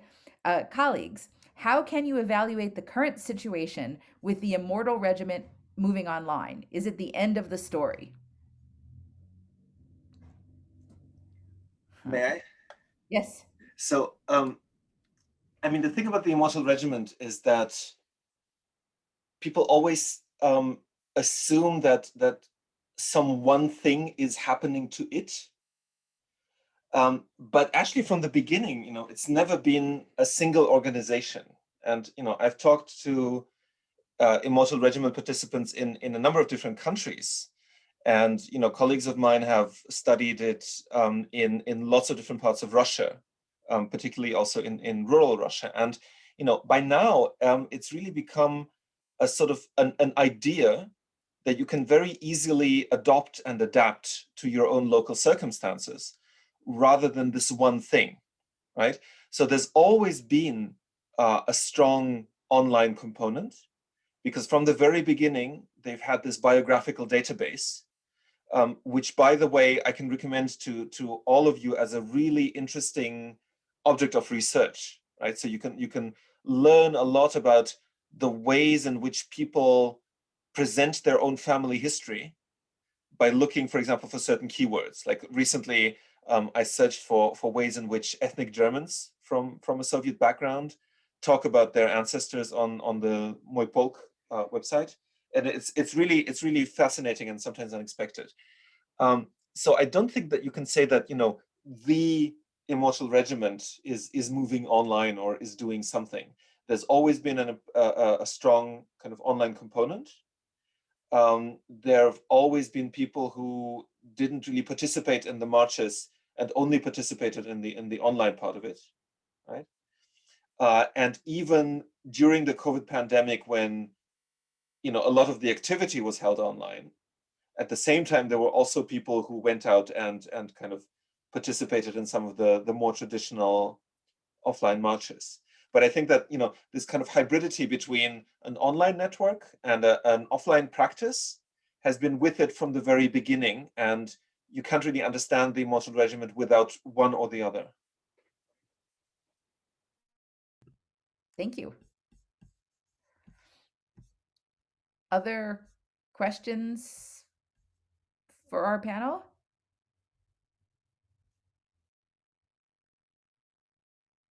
All right, going once, going twice.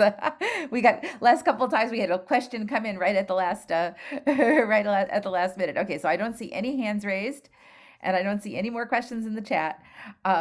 So I guess I'll go ahead and turn it back to Anna, and first thank our panelists and turn it back to Anna. Okay, thank you very much to everyone who participated, and for very interesting discussion. And as I said at the beginning, I would like to invite you to our future events, because this is the series of online seminars that has just started. And we are planning to organize each event on the first Monday of the month. We are also looking for proposals for topics that you would like to discuss, or maybe you would like to present. So if you or your colleagues would like to take part in our seminar series, please contact us. So thank you very much, all of you, once again. Thank you so much.